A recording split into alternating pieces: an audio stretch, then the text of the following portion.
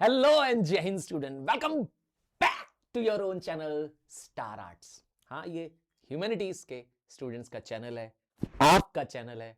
और अगर आप हैं मेरे रॉक स्टार तो आज हिस्ट्री का ये चैप्टर आपके लिए। हाँ, आपने कहा और मैं आपके लिए ला रहा हूं ये चैप्टर। एक रिक्वेस्ट है बस कि हिस्ट्री एक ऐसा सब्जेक्ट है जिसको आपको मैप के थ्रू समझना चाहिए, जिसके कंसेप्ट्स को आपको रटना नहीं है, हाँ एक स्टोरी के रूप में देखना है। तो आइए इस चैप्टर को, peace settlement after the world war one and establishment of League of Nations, आइए इसको समझते हैं। तो हम इतना तो जानते हैं कि वर्ल्ड वॉर वन 1914 से शुरू हुआ, 1918 में जाके खत्म हुआ। वर्ल्ड वॉर वन की शुरुआत का जो कहते हैं ना कि सबसे इमीडिएट रीजन रहा वो था murder of the arch Duke Francis Ferdinand, जो कि क्राउन प्रिंस ऑफ ऑस्ट्रिया थे। एक यंग सर्बियन नागरिक ने उनका मर्डर कर दिया था।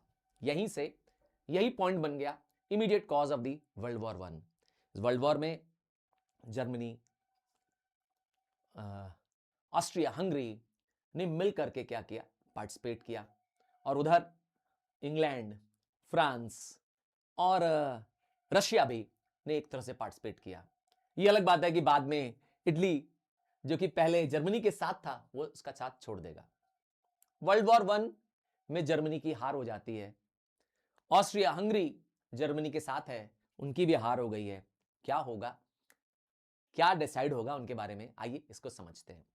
तो वर्ल्ड वॉर वन खत्म हो चुका है, 1918 है। जर्मनी ने सरेंडर कर दिया है, ऑस्ट्रिया हंगरी सरेंडर कर चुका है। आइए देखिए, तो मैंने कहा ना आपको मैप के थ्रू समझना होगा। तो वॉर वन के बाद यूरोप का मैप एकदम बदल जाएगा। हाँ, तो क्या चेंजेस आए मैप ऑफ यूरोप में? पेरिस में एक पीस ट्रीटी साइन की जाएगी। किसके बीच में? ये पीस ट्रीटी होगी between Germany and between the winning countries. Winning countries में कौन कौन है मैंने बताया, ब्रिटेन है, फ्रांस है और रशिया तो पहले ही सरेंडर कर चुका है, अमेरिका है। हाँ, रशिया नहीं है, अमेरिका है। तो ये तीन विनिंग कंट्रीज हैं। अब इन्होंने एक मीटिंग, एक कॉन्फ्रेंस बुलाई, नाम रखा वर्सालीज। हाँ, वर्सालीज एक सबर्ब रीजन है, कह सकते हैं कि शहर के बाहर का रीजन है। पेरिस के सबर्ब रीजन में एक ट्रीटी बुलाई, एक कॉन्फ्रेंस बुलाई, जहां पे तीनों वर्ल्ड के सुपर पावर्स, अमेरिका के प्रेसिडेंट वुडरो विल्सन, इंग्लैंड के prime minister Lloyd George and France के प्राइम मिनिस्टर जॉर्ज क्लेमेचू, ये तीनों जो वर्ल्ड के बिग थ्रीज थे, ये तीनों असेंबल होते हैं और डिसाइड करते हैं ट्रीटी ऑफ वर्सालीज। एक ऐसी ट्रीटी जो जर्मनी के बिना चाहे हुए भी जर्मनी पे थोप दी गई। हाँ, एक तरह से पीस ट्रीटी थी, कहने को ये सेटलमेंट ट्रीटी है, पर इसका मेन मकसद था जर्मनी को दबाए रखना, ताकि जर्मनी दोबारा वर्ल्ड वॉर टू के लिए उठ भी ना पाए। ठीक है, तो क्या चेंजेस हुए आइए देखिए। तो मैंने कहा तीन विनिंग कंट्रीज हैं, इन तीनों का ही रूल चलेगा। इसमें सबसे मेजर रोल करेंगे प्रेसिडेंट वुडरो विल्सन, यही डोमिनेट करेंगे, क्योंकि यही एक सुपर पावर के रूप में क्या करेंगे, लीड करेंगे। तो पीस ट्रीटी साइन हो चुकी है। इस पीस ट्रीटी के बाद क्या होगा देखिए, ऑस्ट्रिया हंगरी जो कि जर्मनी के साथ था, इस एम्पायर को तोड़ दिया गया है। हाँ, इसके एम्पायर को, पहले ये एक डिक्टेटरशिप कंट्री थी, अब यहां पे डिक्टेटरशिप खत्म हो जाएगी। ये जो है ऑस्ट्रिया हंगरी एम्पायर है वो तोड़ दिया जाएगा। देखिए, Austria Hungary was dissolved into many new countries. अब ऑस्ट्रिया अलग कंट्री है, हंगेरी अलग कंट्री है, नए देश पैदा हो जाएंगे, चेकोस्लोवाकिया एंड यूगोस्लाविया। आप मैप में भी देख पाएंगे, आप मैप में देख पाएंगे कि आपको यहां पर जो कंट्री दिखाई दे रही है ना, इसी में आपको दिखाई देगा चेकोस्लोवाकिया दिखाई देगी कंट्री। तो नए countries out of the Austria Hungary बना लिए जाएंगे। और ऑटोमन एम्पायर जो कि एक बहुत ही ओल्ड एम्पायर था, उसको भी ब्रेक कर दिया जाएगा और उससे निकाली जाएगी मॉडर्न टर्की। हाँ, मॉडर्न टर्की को बनाया जाएगा ऑटोमन एम्पायर को तोड़कर, और उसके जो छोटे छोटे पार्ट्स बचेंगे उसको मैंडेट्स बना दिया जाएगा, जिसको फ्रांस और ब्रिटेन कंट्रोल करेंगे। रशिया को भी नहीं छोड़ा जाएगा। रशिया वर्ल्ड वॉर वन में सरेंडर कर जाता है। 1917 में रशिया में लीडरशिप चेंज हो जाती है।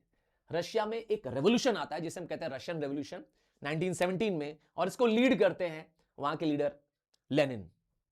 और नतीजा, रशिया में जो रेवोल्यूशन आता है वहां पर वहां की जो गवर्नमेंट चेंज हुई, लेनिन वहां के लीडर बन गए, उन्होंने वर्ल्ड वॉर से क्या किया, रशिया को विड्रॉ कर लिया। हाँ, रशिया ने सरेंडर कर दिया जर्मनी के आगे वर्ल्ड वॉर 1 में, याद रखिएगा, जर्मनी के आगे। और रशिया भी एक तरह से हारा हुआ देश माना जाएगा अब तो, वैसे जर्मनी की हार होती है, ठीक है ना। अल्टीमेटली जर्मनी हार जाता है ब्रिटेन, फ्रांस और यूएसए की कंबाइंड आर्मी से। अब रशिया का एम्पायर भी तोड़ दिया जाएगा और रशिया के जो एम्पायर्स में से सोवियत यूनियन अलग बन जाएगा, ठीक है। और क्या बनेंगे, पोलैंड, फिनलैंड टेरिटरीज बनाई जाएंगी। देखिए मैप में देखिए, पोलैंड भी आपको बनता हुआ दिखाई होगा और ये रहा फिनलैंड भी, पोलैंड, फिनलैंड, और बनेंगे कुछ बेल्टिक स्टेट्स। सर ये बेल्टिक स्टेट्स क्या है, ये जो बेल्टिक सी है, ये सी है बेल्टिक सी, बेल्टिक सी पे ओरिजिनेट करने वाली कंट्रीज हैं बेल्टिक स्टेट, ये है बेल्टिक सी, ठीक है। और यहां बनेगा एस्टोनिया, यहां बनेगा लेटिविया, यहां बनेगा लिथुनिया। ये है Baltic states which were formed from the breakdown of the Russian empire, ठीक है। और क्या होने वाला है देखिए, तो इस तरह से कितना चेंज हुआ after the world war 1। German territories, Germany को तो एकदम बर्बादी कर दिया। कहते हैं ना, जर्मनी के पीछे तो जीते हुए कंट्रीज इंग्लैंड, फ्रांस पीछे पड़ गए कि जर्मनी को एकदम निस्तो नाबूद कर दो। हाँ, मैं बताता हूं क्या किया। जर्मनी की एल्सेस लोरेन नाम की जो कोलफील्ड थी वो फ्रांस को दे दी गई। जर्मनी की सार नाम की कोलफील्ड, SAAR, सार नाम की कोलफील्ड को 15 सालों के लिए उठा करके फ्रांस को दे दिया गया। एक बहुत बड़ी मैसिव कोल्ड एरिया है, कोल एरिया है, हाँ कोयला पाया जाता है, वो भी फ्रांस को दे दी गई। राइन नाम की एक वैली है, राइन नदी है जो फ्रांस और जर्मनी को सेपरेट करती है, उस पूरी वैली को खाली करा दिया गया। जर्मनी से कहा गया कि इसको डीमिलिटराइज करो, और इस वैली का कब्जा किसके पास आ गया, फ्रांस के पास आ गया। जर्मनी के जो कॉलोनीज थे उनको भी इंग्लैंड और फ्रांस ने आपस में बांट लिया। और तो और यहां खत्म नहीं हो रही बात, जर्मनी को उठने नहीं देना है, वापस तरक्की नहीं करने देना है, ऐसा करना है, इतना बर्बाद कर देना है। Germany was considered as guilty of war, समझ में आ रहा है, उस पर वॉर इंडेमनिटी लगाएंगे। हाँ, युद्ध का हुआ जितना खर्चा है वो अब जर्मनी भरेगा। जर्मनी की भी टेरिटरीज का कुछ हिस्सा निकाल करके नए स्टेट्स बनेंगे, जैसे पोलैंड बनाया जाएगा, चेकोस्लोवाकिया बनाया जाएगा, यूगोस्लाविया। ये किस बेसिस पे बनाया जाएगा, on the basis of the ethnic and the national lines, मतलब वहां के लोग किस एथनिक्स को बिलोंग करते हैं, इस बेसिस पे डिवाइड करते हैं। जर्मनी को भी तोड़ दिया जाएगा, जो कि एक बड़ा एम्पायर था, छोटा एम्पायर बच जाएगा जर्मनी। आइए समझते हैं ट्रीटी ऑफ वर्साइल्स के कुछ क्रिटिकल इवैल्यूएशंस। मैंने बताया ना, treaty of Versailles became the actual cause of the second world war. मतलब जिस ट्रीटी का काम था वर्ल्ड वॉर 1 रोकना, वर्ल्ड वॉर 2 ना होने देना, उस ट्रीटी ने ही क्या कर दिया, वर्ल्ड वॉर 2 की नींव रख दी। हाँ, मैं सच कह रहा हूं। आइए समझते हैं। तो ट्रीटी ऑफ वर्साइल्स, मैंने बताया ना, वर्साइल्स वो प्लेस है, पेरिस के सबर्ब में एक प्लेस है जहां पे इस ट्रीटी को बनाया गया था। ट्रीटी को बनाने वाले 3 सुपर पावर थे, इंग्लैंड, ब्रिटेन, मतलब इंग्लैंड, ब्रिटेन, अमेरिका, फ्रांस। अब ट्रीटी ऑफ वर्साइल्स ने जर्मनी पे हार्श कंडीशंस लगाई। उनमें से कंडीशंस मैं फिर से रिपीट करता हूं, जर्मनी की 13% और टेरिटरीज क्या कर दी गई, ले ली गई। सोचिए, एक देश की जमीनें, उनका अपना खुद का लैंड छीन लिया गया, जैसे मैंने कहा एल्सेस लोरेन, सार कोलफील्ड और राइन वैली, उनको कंप्लीटली डीमिलिटराइज कर दिया, डिसआर्म करा दिया। जर्मनी के पास न सेना रहेगी, न ताकत रहेगी, तो न लड़ेगा। इसके लिए क्या किया गया, उनको मजबूर किया गया कि आपके पास सिर्फ 1 लाख सैनिक हो सकते हैं, मतलब आर्मी होगी तो कितनी होगी, सिर्फ 1 लाख। और अगर नेवी रखना है, ध्यान से सुनिएगा, अगर नेवी रखना है तो सिर्फ और सिर्फ 24 शिप्स हो सकती हैं। कितनी, 24 शिप्स हो सकती हैं, 15,000 नेवी में आदमी रह सकते हैं सिर्फ। और तो और एयरफोर्स तो रखना अलाउड ही नहीं है, no air force is allowed, no submarine, पनडुब्बी नहीं रखनी है, टैंक रखना नहीं है, तो बवाली खत्म। मतलब जर्मनी को एकदम कमजोर कर दो, उसके पास कोई हथियार ही ना रहे, प्रिपेयर्डनेस उसकी खत्म हो जाए, युद्ध की प्रिपेयर्डनेस खत्म कर दो। और क्या किया गया, जर्मनी पे इल्जाम लगाया गया कि जर्मनी अब आपको टैक्स देना पड़ेगा, रिपेरेशन देना पड़ेगा, लगभग 132 बिलियन गोल्ड मार्क्स, अगर डॉलर में कन्वर्ट करेंगे तो 33 बिलियन डॉलर का, मार्क में तो 132 2 बिलियन गोल्ड मार्क के रूप में जर्मनी को चुकाना पड़ेगा। हाँ, मैंने इसको आपको डॉलर में भी बता दिया वैल्यू, इसकी वैल्यू डॉलर में है 33 बिलियन डॉलर्स। जर्मनी को वॉर इंडेमनिटी देनी पड़ेगी, युद्ध की भरपाई देनी पड़ेगी, इंग्लैंड और फ्रांस को देनी पड़ेगी। हाँ भाई, जर्मनी पे सारा इल्जाम लगा दिया गया। एक तरह से कहे ना कि किसी एक पर सारे पाप का घड़ा फोड़ दो, अब जो हारा है उसी में सब फोड़ दो, ताकि सारा जर्मनी दंड झेले। जानते हैं ना, यहीं से कहते हैं जिसको ज्यादा दबाओगे आप, कहते हैं ना किसी को बहुत ज्यादा आप कुचलोगे तो एक दिन आएगा जब वो क्या हो जाएगा, आतंकवादी बन जाएगा, एकदम बुरा आदमी बन जाएगा। और वही हुआ, वर्ल्ड वॉर 2 भी जर्मनी ही कॉज कराएगा। जर्मनी को गिल्टी ऑफ वॉर कर दिया जाएगा, मैंने पहले ही बताया। उसके ऊपर ह्यूमिलेटिंग टर्म्स लगाए जाएंगे, उनके लोगों को एहसास होगा कि जर्मनी एक बहुत नीच, एक बहुत गिरा हुआ देश है। हाँ, बहुत अपमानजनक स्थिति होगी जर्मनी के वर्ल्ड के सामने। ठीक है, आइए कुछ इसका क्रिटिकल इवैल्यूएशन समझते हैं। तो एक्सेसिवली प्यूनिटिव, कहते हैं ना किसी पे कुछ ज्यादा ही अत्याचार कर देना। जर्मनी को economically, socially and even militarily भी क्या कर दिया गया, क्रिपल्ड कर दिया गया, कहते हैं ना अपंग अपाहिज बना दिया गया। दोबारा जर्मनी कभी खड़ा ही ना हो सके। हाँ, युद्ध करना तो दूर की बात है। और क्या किया गया, नेशनलिज्म भी वहां पे खत्म हो गया था। हाँ, पर मैंने कहा ना, जब आप किसी को बहुत कुचलते हैं तो कोई ऐसा आता है जो एक देश में नई जोत जगा देता है, एक नई उम्मीद जगा देता है। और वो जगाने वाला व्यक्ति सिर्फ एक था, वो था एडोल्फ हिटलर। उसने देखा कि देश में स्टेबिलिटी नहीं है उसने एक पार्टी बनाई, नाजी पार्टी बनाई, और लोगों को यकीन दिलाया कि मैं जर्मनी को उसका पुराना गौरव, उसकी पुरानी जो महिमा है, मैं जर्मनी को वापस ला के दूंगा। बस लोगों ने इस पर विश्वास करना शुरू कर दिया। और क्या खास बात है, जो ट्रीटी बनाई गई थी उसमें कुछ अनरियलिस्टिक प्रोविजंस थे।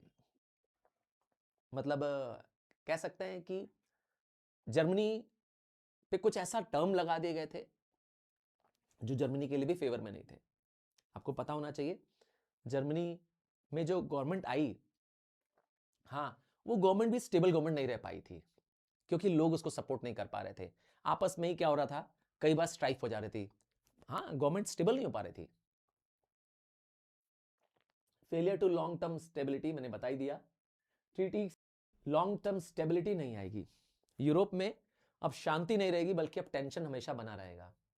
हाँ, जो इसका पर्पस था कि वर्ल्ड में शांति आ जाए, यूरोप में शांति आ जाए, क्योंकि कॉज शांति लाने के लिए तो आपको क्या करना पड़ेगा, सम्मान देना पड़ेगा, रिस्पेक्ट देना पड़ेगा, वो तो देना ही रहने। तो नतीजा ये तो होना ही है। अब आने वाली है एक बॉडी, वर्ल्ड की बॉडी, जिसका नाम है league of nation. President Woodrow Wilson of America, हाँ, ये लीडर थे। 1918 में वर्ल्ड वॉर खत्म होने के बाद प्रेसिडेंट वुड्रो विल्सन ने 14 पॉइंट्स बनाए, 14 पॉइंट्स ऑफ पीस बनाए। इस 14 पॉइंट्स के बेसिस पे ही बनाई गई ये बॉडी। ये एक वर्ल्ड बॉडी है, नाम है लीग ऑफ नेशन। ये 1920 में, जनवरी 1920 में इसको बनाया गया। इसका पर्पस था कि इंटरनेशनल कोऑपरेशन हो, फ्यूचर वॉर्स ना हो, ये इसका पर्पस था। बट आप जानते ही हैं, ये इस काम में सफल नहीं हो पाई। आइए समझे कि ये लीग ऑफ नेशंस बनी कैसे, ये तो मैंने बता दिया। अमेरिका ने बनाई, सारे विनिंग कंट्रीज ने मिलकर के बनाई, बट ये काम नहीं कर पाई। क्यों? Memberships and the absence of the major power, ये रहा उसका सबसे बड़ा रीजन। लीग ऑफ नेशन को बनाने में सबसे मेजर रोल किसका है? मैंने कहा अमेरिका का है। अमेरिका के प्रेसिडेंट वुड्रो विल्सन ने 14 पॉइंट्स दिए थे, उस बेसिस पे इसको बनाया गया था कि एक इंटरनेशनल बॉडी होगी, एक इंटरनेशनल बॉडी होगी जो वर्ल्ड में पीस करेगी, हार्मनी लाएगी, फ्यूचर वॉर नहीं होने देगी। पर अमेरिका खुद इसका मेंबर नहीं था। अमेरिका की जो सेनेट है, हाँ, अमेरिका की जो पार्लियामेंट है, उसने खुद इसको रेटिफाई नहीं किया। नतीजा, वो लीग के बाहर था। जब लीग में अमेरिका ही नहीं है, जो उस समय का सबसे ताकतवर देश था, उसके पास, लीग के पास क्या पावर होगी? इवन जर्मनी और रशिया को पहले इसके मेंबर नहीं बनाया गया, बाद में जर्मनी को 1926 में इसका मेंबर बनाया गया, रशिया को 1934 में बनाया गया। बट मैंने कहा ना, ये तो लेट हो गई ना। और आगे क्या हुआ? एस्टेब्लिशमेंट ऑफ मैंडेट सिस्टम, ये एक बहुत बड़ी कमी है लीग ऑफ नेशंस की। लीग ऑफ नेशन ने कंट्रीज को गवर्न करने के लिए वर्ल्ड में पीस मेंटेन करने के लिए एक मैंडेट सिस्टम डेवलप किया था। अभी मैंडेट सिस्टम क्या होता है कि अगर जो देश के जो उस समय जो वर्ल्ड के जो सुपर पावर कंट्रीज थी, जो सबसे ताकतवर कंट्रीज थी, उसमें थे इंग्लैंड, फ्रांस, अमेरिका। हाँ, रशिया नहीं, रशिया वर्ल्ड वॉर वन में मैंने पहले बताया सरेंडर कर चुकी थी, वर्ल्ड वॉर वन खत्म होने से पहले ही। जर्मनी हार चुका था, ऑस्ट्रिया हंगरी को तोड़ दिया गया था और कोई पावरफुल बचा नहीं था। इटली इतना डेवलप था नहीं उस जमाने में। तो अब इनके पास सारा पावर चला गया, ठीक है ना। क्या दे दिया गया इनको? पावर दे दिया गया। जो विनिंग टेरिटरीज हैं, वो जो टेरिटरीज ईस्ट में है, अफ्रीका में है, पैसिफिक साइड में टेरिटरीज है, उन टेरिटरीज को क्या करना है? आप कंट्रोल करिए।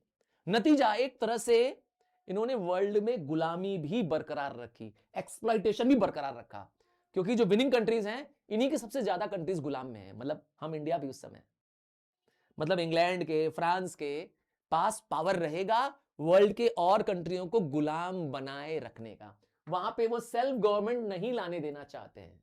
मतलब league of nation was not in support of favoring the countries to get freedom। बात समझ आ रहा है? ये समस्या है। अब आते हैं क्या कारण रहा है failure of the League of Nations का। सबसे बड़ा रीजन, सबसे बेसिक रीजन रहा है absence of the major powers. मैंने पहले बताया कि जो सबसे ताकतवर कंट्रीज हैं जिन्होंने लीग ऑफ नेशन को बनाया है, अमेरिका खुद इसका मेंबर नहीं है। तो कहां से आएगी पावर? नेक्स्ट है lack of military power. League of Nation के पास अपनी खुद की स्टैंडिंग आर्मी नहीं थी। अगर लीग ऑफ नेशन किसी देश को शांति करने के लिए, समझौता करने के लिए कहेगा, तो किस हक से कहेगा? उसके पास तो खुद की सेना नहीं है, ठीक है ना। अगर उसको सेना चाहिए तो उसे क्या करना पड़ेगा? मांगना पड़ेगा। समझ आ रहा है? ये प्रॉब्लम थी। अरे failure to prevent aggression. Aggression मतलब अटैक। अगर एक देश दूसरे देश पे अटैक कर रहा है, लीग के पास इतना पावर ही नहीं है कि वो उनको रोक सके। हाँ, इतना पावर नहीं है कि उनको क्या करे, वो लीग उसको रोक सके। एग्जांपल देता हूं, जापान ने अटैक कर दिया मंचूरिया पे 1931 पर, इटली ने अटैक कर दिया इथोपिया पे 1935 पर। इन दोनों देशों को रोकने की पावर लीग ऑफ नेशन के पास नहीं थी, क्योंकि जब इन्होंने अटैक किया, जापान ने अटैक किया मंचूरिया पे, जापान ने लीग ऑफ नेशन को छोड़ दिया, कहा अब हम लीग ऑफ नेशन के मेंबर ही नहीं है, जाओ। तो अब जापान पे कंट्रोल कैसे करें? सैंक्शन लगाएंगे ना ज्यादा ज्यादा, और क्या करेंगे कि ठीक है जापान पे सैंक्शन लगाएंगे, अब जापान से हम इंपोर्ट एक्सपोर्ट बंद कर देंगे। कर लो बंद, जापान को कोई फर्क पड़ने वाला नहीं है। तो इस तरह से उसके पास कोई पावर नहीं थी कि कोई एक्शन ले सके उसके खिलाफ कि जापान अटैक ना करे।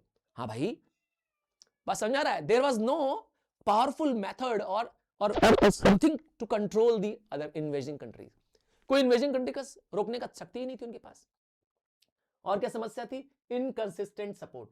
फ्रांस और ब्रिटेन जो सबसे मेन इसके मेंबर थे आफ्टर द यूएसए, ये भी अपनी सेना से इनको मदद नहीं कर रहे थे लीग ऑफ नेशन को। हाँ, ये सिर्फ अपना फायदा देखते थे।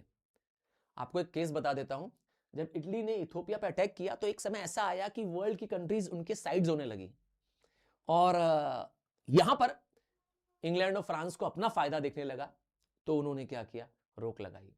इंग्लैंड और फ्रांस पॉलिसी ऑफ अपीजमेंट चल रहे थे। कौन सी पॉलिसी? Policy of appeasement. वो जर्मनी को, उन कंट्रीज को जो कंट्रीज इंग्लैंड से दुश्मनी रखती थी, उनको जीतने दे रही थी। जर्मनी वॉज ग्रांटेड परमिशन, तू लूट ले, तू जीत ले दूसरे देशों को, हाँ मेरे को मत परेशान कर। देखा, this was policy of appeasement. तो इस तरह जर्मनी का पावर और बढ़ता चला गया। जर्मनी ने छोटे छोटे देशों को जीतना शुरू कर दिया, आसपास के देशों को जीतना शुरू कर दिया। हद तो तब हो गई जब जर्मनी ने पोलैंड पर अटैक कर दिया 1939। ध्यान दीजिएगा, 1939 सितंबर 3, 1939 वर्ल्ड वॉर 2 शुरू। क्यों? क्योंकि Germany has attacked on the Poland. हाँ, उसका पावर इतना बढ़ गया था ना, उसका डर खत्म हो गया था। और समस्या क्या है? Economic and political instability. देखिए, लीग के पास पीस मेंटेन करने के लिए मैंने कहा शक्ति नहीं है, और इकोनॉमिक भी अर्थात पैसों की भी सपोर्ट नहीं था उसके पास। वर्ल्ड में मंदी भी आया, लीग ऑफ नेशन कुछ नहीं कर पाया। तो देशों में अब नेशनलिज्म डेवलप होने लगा, और खास करके एग्रेसिव नेशनलिज्म डेवलप होने लगा, but still league did not had much control on it. जैसे एग्जांपल देता हूं, एग्रेसिव नेशनलिज्म डेवलप हुआ जर्मनी में। जर्मनी में नाजिज्म डेवलप हो गया, जिसमें लोग अपने जर्मन लोगों को ये अपने देश को सम्मान देने लगे और बाकी दुनिया से नफरत करने लगे। यही सेम हाल इटली में भी हुआ। हाँ, इटली में आया फैसिज्म। तो एक तरह से देश में, दुनिया में नया खतरा डेवलप होता रहा और लीग ऑफ नेशन सिर्फ देखता रह गया और नतीजा 1939 में वर्ल्ड वॉर 2 हो जाएगा। तो लीग ऑफ नेशन अपने पर्पस में फेल हो गया। सोच अच्छा था, इरादा अच्छा था लीग ऑफ नेशन के पास, पर पावर नहीं था। नतीजा वर्ल्ड वॉर 2 शुरू होते ही लीग ऑफ नेशन खत्म। इस तरह से आई होप ये चैप्टर क्लियर हो गया होगा, समझ में आ गया होगा। और मेरी रिक्वेस्ट आपसे फिर रहेगी मेरे रॉक स्टार्स की, ये डेडिकेटेड वीडियो है, आपके लिए बनाया गया वीडियो है। अगर आप सपोर्ट नहीं करेंगे तो मैं आगे कैसे बनाऊंगा? So with your request, with your support, I will be able to make more videos. तो प्लीज चैनल को सब्सक्राइब कर लीजिए, अपने क्लासमेट्स को, फ्रेंड्स को लिंक शेयर कर दीजिए। ये नोट्स मैं सारा हमारे टेलीग्राम चैनल पर शेयर कर दूंगा। टेलीग्राम चैनल का लिंक डिस्क्रिप्शन में दिया हुआ है। बाय।